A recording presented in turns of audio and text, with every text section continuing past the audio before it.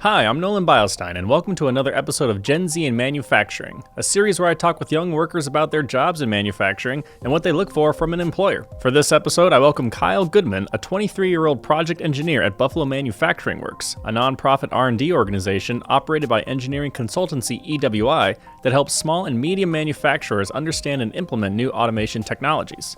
Kyle has been with the company for a little over a year, where he uses URs as well as other cobots and robots and has a focus on machine tending.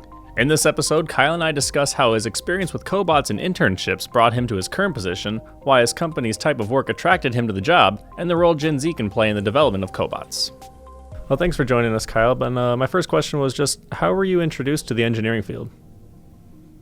Yeah, so I guess just in high school, I liked mathematics, physics, so that kind of got me down the route, and I always kind of had a technical mindset. I worked on cars, stuff around the house growing up. And then my school had a VEX robotics club, so I joined that. And then basically just teachers, mentors kind of got me thinking like, hey, you should look down the engineering route. Yeah, that's how I got here. And I know you had some cobot experience during your schooling. How did that experience prepare you for your current career? Yeah, so I had some cobot experience in my internships. It basically brought me to where I am here in Buffalo Manufacturing Works, because we do a lot of projects with collaborative robots. So they were just really impressed I had that experience in school. And yeah, it just gave me a good intro to basically exactly what I would be doing on the job. Everything from cell design to figuring out how to automate a process and the programming of a robot. Okay. And what attracted you to Buffalo Manufacturing Works? I guess a few things. Mainly that I really like the type of the work that we do here. So we're not a manufacturer. We're actually a R&D organization. So we kind of aid other companies with automation, and whether that's projects, training. It's kind of more of just that I get to do a mix of things, not just, one specific, manufacturing process. I get to see what other companies are doing, automate, a variety of everything from machine tending to assembly to screw driving. So as a project engineer on the automation team, so I'm doing everything from cell design to figuring out how to automate a process to the programming of robots, and I also take the electrical lead on most of these projects. How would you describe your work-life balance? Are you finding it easy to get acclimated to having a real job now? I guess the biggest adjustment for me is I had worked 40-hour weeks in my internships, but never for a full year. So I guess that was the biggest learning curve for me, was handling work-life balance long term. Does it ever feel like your job is kind of consuming your life, or do you feel like there's time for other aspects? I would say there's time, to do other stuff. I mean, we can do flex work here at Buffalo Manufacturing Works, which is nice. So we're able to, work 4/10s if we need to. Most people work 5/8s, but you can work 4/10s or whatever gets you the 40 hours at the end of the week. Do you prefer the 4/10s? Sometimes, yeah. If I want a 3-day weekend, yeah.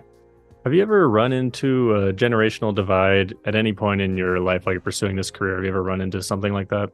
The older generation seems to like the legacy controllers for robotics and stuff, while the newer generation, they seem to like the touchscreen collaborative robots where you can kind of move them around with your hand and stuff. While the older generation's like, I kind of like it,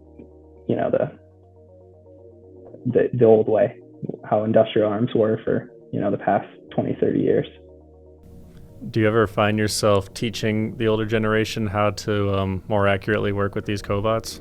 They seem to know them pretty well, because they're internally they're kind of the same. It's just more of they have, a different niche for the application. They have, more features in some ways. So you kind of have to have more of a creative mindset, I guess, to see that. So some people who might be kind of stuck in the traditional industrial arms, you might be able to explain to them like, hey, actually, you could probably do this with a collaborative arm this way. And here's the benefits, here's the negatives, that sort of thing. But it's just, another mindset. What works best for you when you're collaborating with the more veteran traditional workers with that older mindset you were talking about?